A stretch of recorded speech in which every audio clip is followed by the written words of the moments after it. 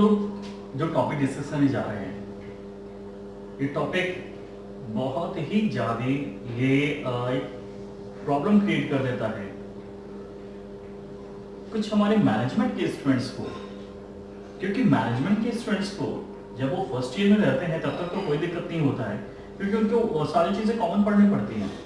लेकिन second year में जब जाकर उनको स्पेशलाइजेशन लेना पड़ता है, किसी एक पर्टिकुलर फील्ड के लिए उनको स्पेशलाइज्ड होना पड़ता है, क्योंकि यही स्पेशलाइजेशन उनका करियर तय करता है कि आगे जाके वो अपना करियर किस लाइन में बनाएंगे या किस प्रोफेशन में बनाएंगे।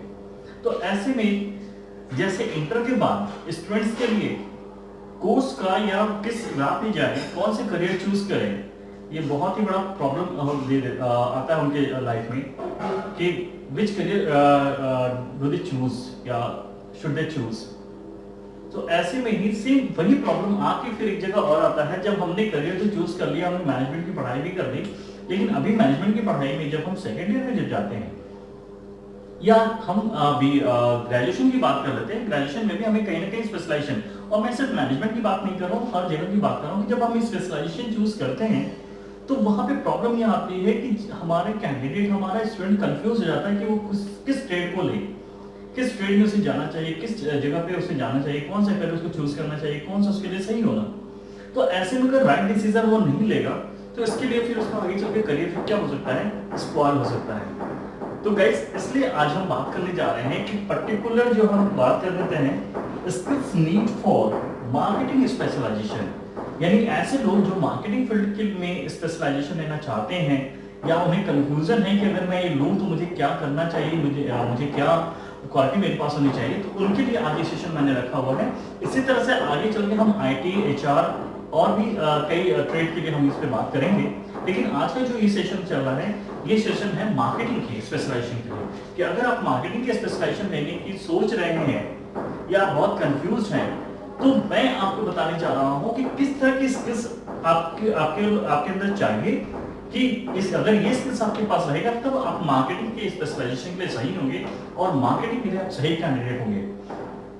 तो फ्रेंड्स, चलिए स्टार्ट करते हैं। वीडियोस में अभी कई चीजें मैं एक एक पॉइंट को आपको एक्सप्लेन करूंगा, सो वीडियो को ध्यान से देखिएगा और हर चीजों को अगर आपको नोट डाउन करना है तो प्लीज नोट डाउन भी कर सकते हैं, otherwise that is it is your, आप इसको देख भी सकते हैं। आप देखिए इसको ध्यान से, मैं एक चीज को बताने जा रहा हूं। So now come on point that okay guys, यहां पे है skills need for the marketing specialisation, मतलब मार्केटिंग के स्पेशलाइजेशन के लिए कौन कौन से स्किल्स हमारे अंदर होनी चाहिए या हमें जो डेवलप करनी है। देखिए, सबसे पहला होता है प्रेजेंटेशन। यहाँ पे प्रेजेंटेशन का मतलब आप क्या समझते हैं? सबसे पहले तो ये हमें जानना होगा कि मार्केटिंग होती क्या है। मेरे प्रीवियस वीडियो में जब आप जाएंगे तो आपको मार्केटिंग और सेलिंग में मैंने डिफरेंस बताया है। Exactly what is the difference between the marketing and selling. कई बार ऐसा होता है लोगों के सामने मार्केटिंग का ऑप्शन आता है कि मार्केटिंग जॉब के लिए मैं आपको अच्छे कैंडिडेट जो 4 साल 5 साल जॉब कर रहे हैं उनके सामने आप मार्केटिंग का प्रपोजल रखते हैं तो वो ठुकरा देते हैं उनको, क्योंकि उन्हें डिफरेंस ही नहीं पता होता मार्केटिंग और सेलिंग में डिफरेंस क्या होती है। ऐसे कई कैंडिडेट, मैं सबकी बात नहीं कर रहा, कुछ कैंडिडेट ऐसे हैं जिनको मार्केटिंग और सेलिंग एक ही लगती है, लेकिन गाइस ये दोनों अलग हैं, दोनों की जॉब प्रोफाइल अलग होते हैं, दोनों के वर्क कंडीशन अलग होते हैं। सो इसलिए वो चीज बहुत ज्यादा जरूरी है कि जब हम मार्केटिंग में जाते हैं तो मार्केटिंग में हमें क्या करना होता है और मार्केटिंग में किस तरह की क्वालिटीज हमें डेवलप करनी होती है। मार्केटिंग का जो काम होता है to make identity of product and work some full concept. Marketing का जो सबसे पहला जो वर्क है, जो इसका जो नीड है, जो इसका ऑब्जेक्टिव भी होता है, बस to make the identity of product, यानी अपनी प्रोडक्ट की पहचान बनाना। वो कैसे भी, आप जब लास्ट वीडियो में जाएंगे वहां पे आपको दिखेगा कि हम अपने प्रोडक्ट की पहचान कई तरीके से बनाते हैं। हम इलेक्ट्रॉनिक मीडिया का भी यूज करते हैं, प्रिंट मीडिया का भी यूज करते हैं, डेमोन्स्ट्रेशन का भी यूज करते हैं। हम प्रिंट मीडिया की बात करते हैं तो वहां पे कई ढेर सारे आते हैं, जैसे फॉर एग्जांपल फ्लैक्स आ गया, ठीक है, बैनर आ गया, लिफलेट्स आ गया, न्यूज़पेपर आ गया, मैगजीन्स आ गए। इनके थ्रू हम अपने प्रोडक्ट के बारे में बताते हैं। फिर इलेक्ट्रॉनिक मीडिया की बात करें तो आप देखते हैं कि आपके टीवी पे जितने भी एडवर्टीजमेंट आते हैं वो इसी के पार्ट आते हैं जो मार्केटिंग करते हैं। दूसरा, फिर हम एफएम की बात करें, रेडियो एफएम पे भी आपको हमेशा सुनने को मिलता होगा। देन हम बात करते हैं, आप जब कभी सिनेमा हॉल में जाते हैं तो बीच में भी वहाँ पे क्या होता है, वहाँ पे एड ऑन करते हैं, वहाँ पे ऐड देते हैं। या फिर आप इंटरनेट के थ्रू भी ऐड आते हैं। तो ये सब क्या क्या ये इलेक्ट्रॉनिक मीडिया के थ्रू हम अपने प्रोडक्ट की मार्केटिंग करते हैं। तो electronic media, print media, demonstration भी कभी कभी ऐसा होता है, लोग आपको प्रोडक्ट का डेमोन्स्ट्रेशन करके दिखाते हैं कि ये प्रोडक्ट ऐसे यूज किया जाता है, ठीक है। तो वहां पे उस प्रोडक्ट की पहचान बनाने की, यानी मार्केटिंग में सिर्फ और सिर्फ हम पहचान बनाते हैं, इसमें कहीं पे भी हम सेल नहीं करते हैं प्रोडक्ट को। और यहीं पे ऐसा होता है जब कोई आपके पास मार्केटिंग ऑफर लेकर आता है तो आपको ऐसा लगता है कि यार ये प्रोडक्ट बेचना है। तो मार्केटिंग में हम प्रोडक्ट को आइडेंटिफाई बनाते हैं, उनको हम उनकी पहचान बनाने की कोशिश करते हैं कि हम क्या करें जिससे कि मेरे प्रोडक्ट की पहचान बनी रहे। तो ये होती है मार्केटिंग, इसमें कहीं सेल नहीं होता है, हम इसमें कहीं प्रोडक्ट को सेल करने की बात नहीं करेंगे। इसमें हम अपने प्रोडक्ट की पहचान बनाएंगे, क्वालिटी बताएंगे, सर्विसेज बताएंगे और अगले को हम अपने प्रोडक्ट के प्रति क्या करेंगे, कन्विंस करने की कोशिश करेंगे। हाँ, वंस ही विल कन्विंस, एक बार जब वो कन्विंस हो जाएगा उसके बाद सेलिंग की प्रोसेस स्टार्ट होती है। सो यही होता है हमारा मार्केटिंग, और ये हमेशा पुल कॉन्सेप्ट पे काम करता है। पुल कॉन्सेप्ट का मतलब आकर्षित करना, यानी इस तरीके से अपने प्रोडक्ट की आइडेंटिटी बनाइए जिससे कि लोग आपकी तरफ आकर्षित हो, आपके प्रोडक्ट की तरफ आकर्षित हो। और एक बार ये आइडेंटिटी बन गई तो फिर आपको फिर कुछ करना ही नहीं है, लोग खुद आप चलकर आपके प्रोडक्ट तक आएंगे। क्लियर है? तो this is a basic difference between the product marketing and selling. तो मार्केटिंग में हमें प्रोडक्ट को सिर्फ और सिर्फ इंट्रोड्यूस कराना होता है, वो भी अच्छे तरीके से। जो लोग अच्छे तरीके से अपने प्रोडक्ट की इंट्रोड्यूस करा लेते हैं, उसकी आइडेंटिटी बना लेते हैं, वो मार्केट में सक्सेस हो जाते हैं। ओके, अब बात करते हैं कि अब आपको आइडेंटिटी बनाने के लिए जो क्वालिटीज चाहिए वो आपके अंदर है कि नहीं है, या उसे आपको अंदर डेवलप करना है, तो क्या क्या क्वालिटीज डेवलप करने की जरूरत है। तो आइए जानते हैं सबसे पहले प्रेजेंटेशन। प्रेजेंटेशन का मतलब कि जब एक मार्केटिंग एग्जीक्यूटिव, जो भी मार्केटिंग एग्जीक्यूटिव होता है, तो जब वो किसी के सामने अपने प्रोडक्ट के बारे में बताता है ना, तो उसका प्रेजेंटेशन बहुत अच्छा होता है। कहते हैं first impression is the last impression. आज जब कोई प्रेजेंटेटर यानी कोई भी रिप्रेजेंटेटिव जब किसी प्रोडक्ट को किसी शॉप को बताता है, किसी शॉप वाले यानी शॉपकीपर को बताता है, किसी क्लाइंट को बताता है, तो उस समय जब तक वो खुद अपने अंदर कॉन्फिडेंट नहीं रहेगा, अपने आप को अच्छे से प्रमोट नहीं करेगा या अपने आप को अच्छे से डेमोन्स्ट्रेट नहीं करेगा, तब तक उसकी जब खुद की पर्सनालिटी अगर नेगेटिव होगी, वो खुद में ही नॉन कॉन्फिडेंट होगा, तो फिर कैसे अपने प्रोडक्ट को बताएगा। तो यहाँ पे वही आता है प्रेजेंटेशन, मतलब वो कैंडिडेट, उसका प्रेजेंटेशन बहुत अच्छा होना चाहिए। प्रेजेंटेशन इन द सेंस जो भी चीजें वो बता रहा है टू द पॉइंट कंटेंट्स बताएं, अच्छे कंटेंट्स बताएं। प्रेजेंटेशन बताने का एक तरीका होता है, प्रेजेंटेशन बनाने का एक तरीका होता है। तो उसके लिए वो अपने आप को जब रिप्रेजेंट करे तो खुद में ही बहुत ज्यादा कॉन्फिडेंस है, उसके अंदर वो कॉन्फिडेंस दिखना चाहिए, एनर्जेटिक होनी चाहिए, ठीक है। Now convincing power, convincing power का मतलब क्या होता है, मनाना, अगले को अपने प्रोडक्ट के लिए तैयार करना कि सर मेरा प्रोडक्ट बहुत अच्छा है, ये प्रोडक्ट मार्केट में और भी प्रोडक्ट है, लेकिन वो उनको ये मार्क दे सकता है और ये बहुत अच्छा प्रोडक्ट है, मार्केट में आया है। तो सिर्फ हम प्रोडक्ट को अच्छा है अच्छा है अच्छा है ये कहने से वो काम नहीं होता है।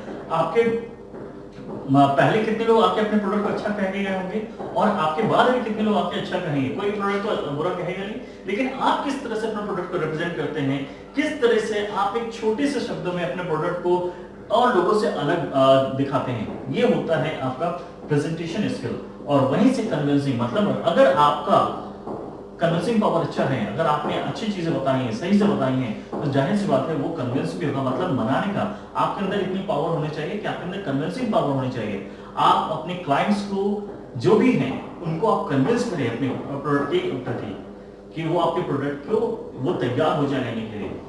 देन एमएस ऑफिस, मतलब आपको ये भी है, एमएस ऐसे जरूरी नहीं कि आप मार्केटिंग है, मार्केटिंग का ही सब काम करेंगे, आपको रिपोर्ट भी बनानी पड़ेगी। तो आपको एक बेसिक चीज तो आनी चाहिए जो कि है एमएस ऑफिस, जिसमें 3 चीज आती हैं, आपको पता है, वर्ड, एक्सेल और पावर पॉइंट। ये चीज आपको बेसिक चीजें पता होनी चाहिए, किसी भी प्रोफाइल में आप जाएंगे ये आपको आना ही चाहिए। नाउ पेशेंस गाइस, आपको कभी-कभी ऐसा भी होगा कि आप जब क्लाइंट से मिलने जाओगे तो क्लाइंट ऑलरेडी किसी और दूसरे से मीटिंग कर रहा होगा, तो आपको वहां पे अपना पेशेंस रखना पड़ेगा। आपको हो सकता है वो वेट कराएगा, तो आपको वेट करना पड़ेगा। You are not allowed to just show your angerness, आपको वहां पे अपना एंगरनेस शो नहीं करना है, because he is she is your client. तो अपने क्लाइंट के प्रति अपना पेशेंस रखिए, अपने पेशेंस को कूल, जो भी चीजें हैं अपने पेशेंस बनाए रखिए, अपना एंगरनेस शो मत कीजिए।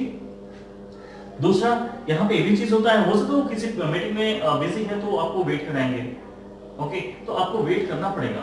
क्योंकि ही इज योर कस्टमर, आगे चल के फ्यूचर में वो कस्टमर हो सकता है आपका। तो ऐसे में अपने कस्टमर को, अपने क्लाइंट को रिस्पेक्ट दीजिए और पेशेंस रखिए। ऐसा भी हो सकता है कि वो आप उसे चीजें बता रहे हैं ना समझ में आ रहे हो सकता है पहली बार उसको नहीं समझ में आया तो आपने दूसरी बार बताया, तीसरी बार बताया, चौथी बार बताया, लेकिन फिर भी उसको कुछ चीजें समझ में नहीं आ रही है। अगर वो समझ नहीं रहा है तो गाइस इसका मतलब गलती उनकी नहीं, गलती आप में है, कहीं कमी आप में है। कुछ तो ऐसा कुछ कम्युनिकेशन गैप ऐसा हो रहा है जिसकी वजह से, कुछ बैरियर्स ऐसे आ रहे हैं जिसकी वजह से वो आपकी बातों को समझ नहीं पा रहा है या आप उन्हें समझा नहीं पा रहे हैं। तो ऐसे में आप क्लाइंट को कभी ब्लेम नहीं कर सकते कि मेरी बातें नहीं समझ रहे हैं। आपको कभी भी जब हम कन्विंस करने जाते हैं, कभी भी चीजों को हम किसी को समझाएं, तो कभी ये मत सोचिए कि वो मेरे लेवल पे आके समझे। हमेशा अपने आप को उसके लेवल पे लेके जाइए, अपने आप को कस्टमर की, यानी इसको बोलते हैं एम्पैथी। क्योंकि आपका कस्टमर जो होता है वो कोई ऐसा भी हो सकता है, बहुत बड़ा इंडस्ट्रियलिस्ट भी हो सकता है, बहुत बड़े कोई बिजनेसमैन भी हो सकते हैं, एक कोई छोटा सा भी कोई किसान भी हो सकता है, आपको उसको भी समझाना पड़ेगा। एक पान की दुकान पे भी आपको जाना पड़ सकता है, एक छोटे से जनरल मर्चेंट की दुकान पे भी जाना पड़ता है। तो आप क्या देखेंगे, सब जगह अलग अलग तरीके के लोग हैं और अलग अलग लोगों को अलग अलग तरीके से हमें बताना पड़ता है। तो ये आपके अंदर ये जो कहते हैं ना, इस तरह का एक आपके अंदर स्किल होना चाहिए कि अकॉर्डिंग टू सिचुएशन आप अपने अंदर चेंजेस लाएं। वो चेंजेस कहीं किसी भी बेस में, चाहे वो पर्सनालिटी में चेंजेस ला सकते हैं, चाहे वो कम्युनिकेशन में चेंजेस ला सकते हैं, चाहे वो प्रेजेंटेशन में चेंजेस ला सकते हैं। तो ये आपका होता है डिसीजन मेकिंग, यानी आप अपने क्लाइंट को देखकर तुरंत वहीं पे ही आप ये एनालिसिस कर लीजिए कि किस तरीके से मेरी बातों को अच्छे से समझ सकते हैं। तो अगर वो नहीं समझते हैं तो उनको 10 बार समझाना आपका ये ड्यूटी होगा, और इसके लिए आपके अंदर पेशेंस होना चाहिए। You should not be short temper, आपको शॉर्ट टेम्पर नहीं होना है। दूसरा, डिसीजन मेकर, जैसे मैंने आपको बताया, क्लाइंट को देखकर ही तुम जान जाइए कि इन्हें किस तरह की चीजों से, किस तरह की लैंग्वेज से समझेंगे। लैंग्वेज इन द सेंस ये, हाँ, हो सकता है आप किसी किसान के पास जा रहे हैं, हो सकता है आप किसी कल को एक किसी यूरिया वाले फैक्ट्री में आप काम कर रहे हो, आपकी फैक्ट्री, आपकी जो कंपनी है वो यूरिया बनाती है, खाद बनाती है, तो जाहिर सी बात है वो किसी आप कार बनाने वाली फैक्ट्री को तो आप किसी को रिप्रेजेंट करोगे नहीं। वो जाहिर सी बात है आपका कोई गांव, कोई किसान भी हो सकता है, कोई शॉपकीपर भी हो सकता है। तो जाहिर सी बात है आपको ये देखना पड़ेगा कि वो किस तरह की लैंग्वेज समझ रहे हैं, किस तरह की कम्युनिकेशन वहां चलेगी। कभी कभी ऐसा भी हो सकता है कि आपको हिंदी भी बोलना पड़ सकता है, आपको इंग्लिश भी बोलना पड़ सकता है और आपको भोजपुरी भी बोलना पड़ सकता है। लेकिन ये कब डिसीजन होगा, जब आप अपने क्लाइंट्स को देखकर ही समझ जाएंगे।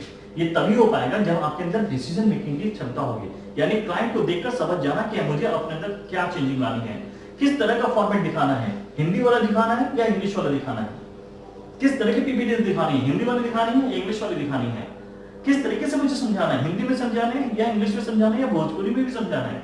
सो it's depend upon you that कि you should have this talent कि आप इजीली चीजों को समझ के तुरंत अपने क्लाइंट के हिसाब से अपने आप को चेंज करिए। कभी भी क्लाइंट से एक्सपेक्ट मत करिएगा कि वो आपके अनुसार अपने आप को चेंज करें।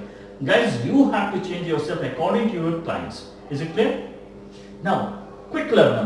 क्विक लर्नर का मतलब क्लाइंट से बात किया, देखते ही समझ गए इन्हें क्या चीज की जरूरत है, किस तरीके से समझेंगे। जो भी मैंने बात किया, कम्युनिकेशन वाइज चेंजेस हो सकती है, ठीक है, मैटर वाइज चेंजेस हो सकती हैं। तो आपके पास सारी चीजें होनी चाहिए, वो पूरे कंटेंट्स आपके पास होने चाहिए, वो हिंदी में भी अवेलेबल होने चाहिए, इंग्लिश में भी अवेलेबल होने चाहिए।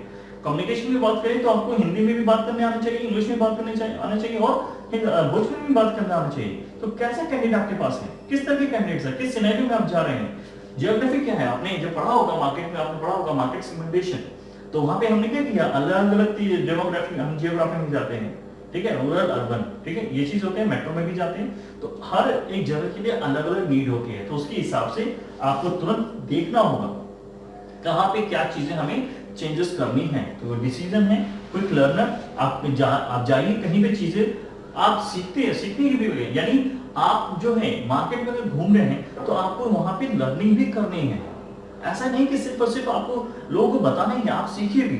जरूरी नहीं कि सिर्फ हम अपने बड़ों से सीख सकें, हम अपने छोटों से भी बहुत कुछ सीख सकते हैं, लेकिन वही कर पाएगा जो जिसके अंदर लर्निंग कैपेसिटी होगी। तो ये चीज ध्यान रखिए कि जब आप किसी से बात करते हैं तो उनसे क्या सीख रहे हैं ये भी सोचते, नोट डाउन करते चले जाइए, ठीक है। लीडरशिप क्वालिटी का मतलब आपको जो जब आप मार्केट में उतरते हो तो आपके अंदर ये भी चीजें होती है कि आपके अंदर लीडरशिप क्वालिटी होनी चाहिए, कि कि आप अपने साथ जो आपकी टीम है उसको भी लीड करिए। ऐसा नहीं सिर्फ आप अपने बेनिफिट की बात करें, आप सारे लोगों की बात करिए, सबकी बात करिए। आपके साथ अगर कोई टीम में जो परफॉर्म नहीं कर पा रहा है उसको भी क्या करें, मोटिवेट करिए। आपके अंदर मोटिवेशन स्किल होनी चाहिए, उसको मोटिवेट करिए। कभी भी किसी को डिमोरलाइज मत करिए, कभी भी किसी के स्किल्स को जो है आप इग्नोर मत करिए। अगर वो आगे आना चाहता है तो उसको आगे करिए। तो ये सारी चीजें होती हैं जो एक लीडर के अंदर होती हैं, जो अपने फॉलोअर्स को, जो अपने जो भी जूनियर्स हैं, जो अपनी कलीग को साथ में लेकर चलता है, तो वो क्वालिटी आपके अंदर भी होनी चाहिए। इस मार्केटिंग में ये भी बहुत इंपॉर्टेंट होता है। फिर एक्सट्रोवर्ट। एक्सट्रोवर्ट का मतलब होता है बाह्यमुखी।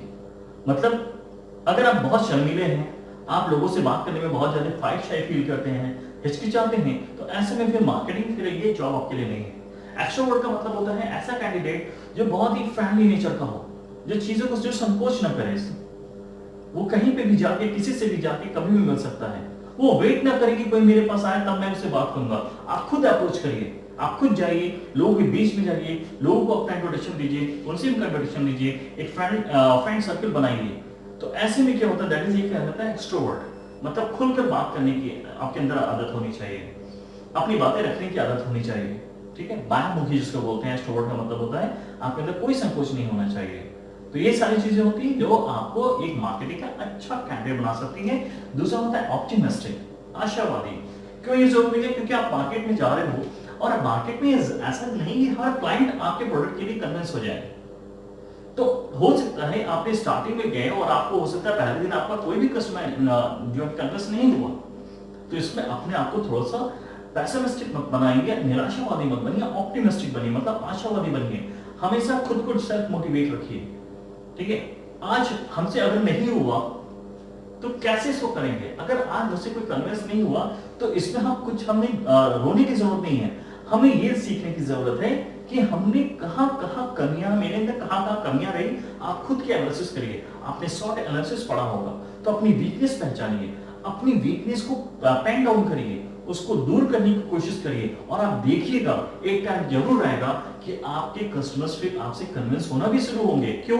क्योंकि आपने अपनी वीकनेस पे वर्कआउट करना शुरू कर दिया और अपनी वीकनेस को क्या किया, दैट इज धीरे धीरे धीरे दूर करने की कोशिश करनी शुरू कर दी। और यहां से शुरू होती है ऑप्टिमिस्ट, मतलब ये आशावादी बने रहिए, निराश मत होइए। जरूरी नहीं कि हर रोज आपको सफलता ही मिले, कभी कभी आपको विफलता भी मिलेगी, यानी कभी कभी आप सक्सेस नहीं भी होंगे। ऐसे में in this situation guys, please pay attention, that is just take your own energy yourself, think about your all the mistakes, try to just make it clear and again go ahead. Clear? Now energetic, yes, बहुत important है। कहते हैं first impression the last impression. अगर आपका जो energy है, आपका energy बहुत ही लो है, तो कैसे आप किसी को इंट्रोड्यूस कराएंगे? ओके, तो ये चीज बहुत होता है कि जब आप किसी से मिलते हैं तो डेफिनेटली जो आपका ये फेस जो है, this is the charming face. I like this, I always keep a smile and I just suggest to everyone, just always keep a smile. ये अगले को एनर्जी दे देता है। ठीक है, आप पूरे बेस के साथ अपने उस क्लाइंट के पास जाइए, उस क्लाइंट को इंट्रोड्यूस करिए, ग्रीट करिए, ओके, ग्लॉस के साथ, उनके साथ, मतलब आपके ज्यादा एक वैल्यू जो आपका अंदर का जो एनर्जी है ना, उसको फील होना चाहिए। Yes, definitely dam personality. तो ये बहुत इंपॉर्टेंट होता है कि अपनी एनर्जी को शो करना, with energy, full of energy के साथ अपने क्लाइंट से मिलिए, उनको ग्रीट कीजिए, उनको अपने प्रोडक्ट के बारे में इंट्रोड्यूस करिए। डेफिनेटली आप देखेंगे इसका एक पॉजिटिव रिस्पांस आएगा ही आएगा। Then like to travel. Like to travel का मतलब मार्केटिंग ऐसा जॉब है जो कभी भी आप एक प्रेमाइसेस में बंद हो गए नहीं कर सकते हैं। ये टीचिंग का जॉब नहीं है। ठीक है, टीचिंग का जॉब क्या होता है, या ऑफिस जॉब क्या होता है कि आप एक प्रेमाइसेस के अंदर रहते हैं, लेकिन ये एक ऐसा जॉब है जो आपको ट्रैवल कराता है। मतलब आपको हमेशा साइकिल पे रहना पड़ेगा, साइकिल इन द सेंस हमेशा मूवेबल होना पड़ेगा। और ये वही कैंडिडेट कर सकते हैं जिनको ट्रैवलिंग की आदत हो, जो ट्रैवलिंग को फॉन्ड ऑफ हो, जो ट्रैवलिंग का शौक रखते हैं। तो अगर आपका नेचर ट्रैवलिंग का है, आपको घूमना फिरना पसंद है, तब आप इस जॉब के लिए वो फिट हैं। लेकिन कुछ ऐसे भी होते हैं जो जिनको नहीं पसंद आता, उन्हें चाहता वो कूल जॉब चाहते हैं, एक जगह बैठना, उनको बारिश में भीगना नहीं पसंद है, उनको धूप में चलना नहीं पसंद है, उन्हें दैट इज ठंड में ठिठुरना नहीं पसंद है। वो चाहते हैं मेरे को एक जगह मिल जाए एक ऐसी जगह ऑफिशियल जॉब मिल जाए जहाँ पे मैं हमेशा बस रहूँ, आओ और जाओ, दैट इज। तो ऐसे में वो लोग के लिए ये जॉब साइट प्रेफर नहीं है, ठीक है। उनको फिर किसी और जॉब के लिए, जो आगे मैं बताऊंगा किस जॉब के लिए वो पर्सनालिटी सही है, मैं आगे बताऊंगा। देन है अट्रैक्टिव, मतलब बाय पर्सनालिटी। बहुत ही पर्सनालिटी की तरफ से मैंने आपको बता दिया, बहुत इंपॉर्टेंट रोल प्ले करता है किसी भी कैंडिडेट के लिए। क्यों? क्योंकि अगर आपने अच्छे से पर्सनालिटी का मतलब दैट इज, ये अगर चीज नहीं शो किया तो फिर आपकी पर्सनालिटी नेगेटिव हो जाती है। तो कहने का मतलब क्या है, हमेशा पर्सनालिटी वो अपना अट्रैक्टिव दिखती है, एक आकर्षण होना चाहिए, एक एनर्जी फील होनी चाहिए कि अगला जब आपसे मिले तो खुद आपकी तरफ अट्रैक्ट हो जाए। वो चाहे वो कहीं से भी हो सकता है, आपकी बॉडी लैंग्वेज, आपकी जेस्चर्स, पोस्चर, आपकी ड्रेसिंग सेंस, एवरीथिंग, आपकी कम्युनिकेशन, हर एक चीज इसमें आती है। तो ये चीज आपके अंदर होना चाहिए, then you are suitable for the marketing. Then adaptability, okay. Adaptability का मतलब क्या होता है, दैट इज किसी भी सिचुएशन में और अपने आप को स्थिर रखना, हर एक सिचुएशन को बहुत ही ग्रॉस होके, बहुत ही ज्यादा हैप्पीनेस के साथ अडॉप्ट कर लेना। आप जाएंगे तो जाहिर सी बात है, जैसे मैंने बोला कि आप हो सकता है आपकी कहीं ऐसे भी जगह भेजा जाए जहां पे लाइट ही ना हो, ऐसी जगह भेजा जाए जहां पे पता चला ठीक से खाने का व्यवस्था ना हो, ऐसी जगह भेजा जाए जहां पे आपको कम्युनिकेशन में बहुत दिक्कत हो, लाइट ना हो, गर्मी बहुत ज्यादा हो। तो ऐसे में आपके अंदर वो एडॉप्टेबिलिटी होनी चाहिए, यानी इस परिस्थिति के हिसाब से, सिचुएशन के हिसाब से अपने आप को ढालने की ये कला आपके अंदर होनी चाहिए। अगर आपको एसी में रहने की आदत है तो आपको बिना लाइट में भी रहने की आदत डालनी पड़ेगी। हो सकता है कहीं ऐसी सिचुएशन में आपको जाना पड़े, ओके। तो आपको बिस्लेरी की आदत है तो हो सकता है आपको हैंडपाइप पर भी पानी का पीने की आदत पड़ सकता है, डालना पड़ेगा, डालना पड़ेगा। क्यों? वहां पे वो चीजें नहीं रहेंगी। तो ये वही कर पाएगा जिसके अंदर एडॉप्टेबिलिटी की टेंडेंसी होगी, जो कर सकता है। अगर आपके अंदर एडॉप्टेबिलिटी है, सिचुएशन के हिसाब से अपने आप को चेंज करने की आदत आपके अंदर है, तभी आप इस फील्ड के लिए सुटेबल होंगे। कम्युनिकेशन, जैसा भी बात किया, कम्युनिकेशन का मतलब गाइस कभी ये मत समझिएगा कि इंग्लिश ही मैं बात कर रहा हूं। कम्युनिकेशन का मतलब होता है to represent yourself in the best manner.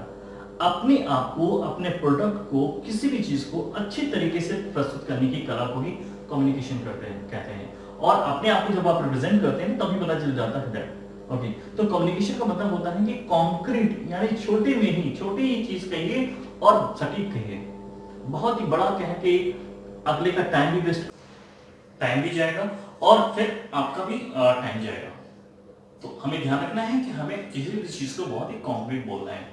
फिर आता है फ्रेंडली नेचर। फ्रेंडली नेचर का मतलब क्या हुआ कि इस फील्ड के लिए वही लोग सक्सेस हो पाते हैं जो कि बहुत ही ज्यादा फ्रेंडली नेचर के होते हैं। मतलब जो लोगों से मिलने में, जो लोगों से, नए लोगों से मिलने में, नए लोगों से बात करने में बहुत ही ज्यादा फाइट शाई या हिचकिचाते नहीं है, उनको संकोच नहीं लगता है और बहुत जल्दी लोगों को फ्रेंड बना लेते हैं। क्योंकि जब तक आप लोगों को फ्रेंड नहीं बनाओगे, जब तक आप लोगों से बहुत ही अच्छे से व्यवहार नहीं करोगे, आप उनको अपने प्रोडक्ट के बारे में बताओगे नहीं, तो फिर क्यों कोई आपका प्रोडक्ट लेगा या कोई क्यों आपके प्रोडक्ट के बारे में जानने की कोशिश करेगा।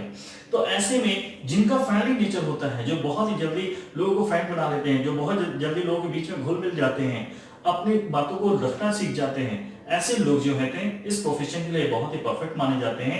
जिससे क्या होता है, वो फ्रेंडली नेचर की वजह से अपने क्लाइंट और कस्टमर्स के नंबर्स को बढ़ा देते हैं, जिससे उनका भी ग्रोथ होता है और जाहिर सी बात है अपने ऑर्गेनाइजेशन का भी ग्रोथ होगा। ठीक, बात करते हैं फिर नॉलेज। डेफिनेटली जो भी चीजें आपने पढ़ी हुई है, इन योर थ्योरेटिकल पॉइंट, जो भी आपने अभी तक क्लासेस में पढ़े हुए हैं, उस नॉलेज को भी आपके पास होना बहुत जरूरी है।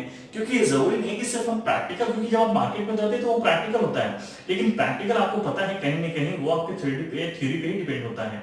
तो इस चीज का भी हमें ध्यान रखना है कि हमने जो पढ़ा हुआ है वो भी चीजें हमें पता होनी चाहिए और उसकी अच्छी नॉलेज होनी चाहिए। तो गाइस ये सारी चीजें, कंटेंट जो मैंने आपको बताए हैं, एक सक्सेसफुल मार्केटिंग प्रोफेशनल के लिए बहुत ही इंपॉर्टेंट होता है। और जो भी लोग इस प्रोफेशन में जाना चाहते हैं उनके लिए इन सारी क्वालिटीज का होना बहुत ही इंपॉर्टेंट है। इन सारी क्वालिटीज को देखकर आप ये एनालिसिस कर सकते हैं कि आप मार्केटिंग के लिए सही हैं या नहीं है। लेकिन ये भी सही है कि मान लेते हैं अगर आपके पास presentation, convincing power, MS office, patience और डिसीजन मेकिंग का हर एक क्वालिटी है, लेकिन आप जो होते हैं आप फ्रेंडली नेचर के नहीं हैं, तो मान लेते हैं आपका 10 में से 9 पे क्वालिटी, आपका 9 में क्वालिटी है लेकिन एक नहीं है, तो क्या एक की वजह से हम बाकी 9 को स्पॉइल करेंगे? तो क्यों ना ऐसा किया जाए, अगर वो एक क्वालिटी जो 10 में एक 9 हमारे पास है, एक क्वालिटी कम पड़ रही है, तो उसको इनहेंस कर दिया जाए, उसको हम क्या करें, अडॉप्ट करें, उसको हम अपने अंदर इन्फ्यूज करके अपने आप को परफेक्ट मार्केटर बना लें। ओके, सो अदरवाइज आगे भी ये मैंने इस टॉपिक को बनाने का मेरा यही था उद्देश्य कि कई लोगों की क्वेरीज मेरे पास आई थी कि वो चाहते थे कि वो स्पेशलाइजेशन को किस तरह से चूज करें, स्पेशलाइजेशन चूज करते समय किन किन बातों का ध्यान रखें। इसलिए मैंने इस मार्केटिंग के लिए बनाया हुआ है, जो मेरे मार्केटिंग के लिए मुझे आया था रिकमेंडेशन। लेकिन मैं सिर्फ मार्केटिंग नहीं, आगे चल के मैं एचआर और मार्केटिंग के डिपार्टमेंट के लिए भी बताऊंगा कि अगर आपको एचआर में आईटी में जाना है तो उसके लिए कौन सी क्वालिटीज स्किल्स नेसेसरी है। Okay guys, so I hope so आपको ये चीजें समझ में आई होगी जरूर। और अगर इनमें से कोई भी चीजें अगर आप पूछना चाहते हो, आप कमेंट बॉक्स में लिख सकते हो, डेफिनेटली मैं उनका आपको रिप्लाई दूंगा। प्लस आप मुझे ये भी बता सकते हो कि अगर आपको कोई रिकमेंडेशन है तो भी आप मुझे बता सकते हो। और डेफिनेटली मैं हमेशा अपने डिस्क्रिप्शन में मैं अपना ईमेल आईडी लिखूंगा, उसमें अगर आपको कोई चीज कहना है तो आप वहां पे अपने रिकमेंडेशन भेज सकते हैं। कमेंट बॉक्स में आप जो भी चीजें अगर आपको कुछ समझ में नहीं आई तो भी पूछ सकते हैं, नहीं तो आप मेल आईडी भी भेज सकते हैं। आई होप सो डेफिनेटली आपको ये चीजें समझ में आ गई होंगी। Please be careful about that choosing your specialisation. So wish you all the best, take care, and one more thing, that is please don't forget to like, share, comment, okay? But हाँ, अगर आपको subscribe अच्छा लगा तो जरूर subscribe कीजिए। Thank you so much and wish you good luck. Thank you.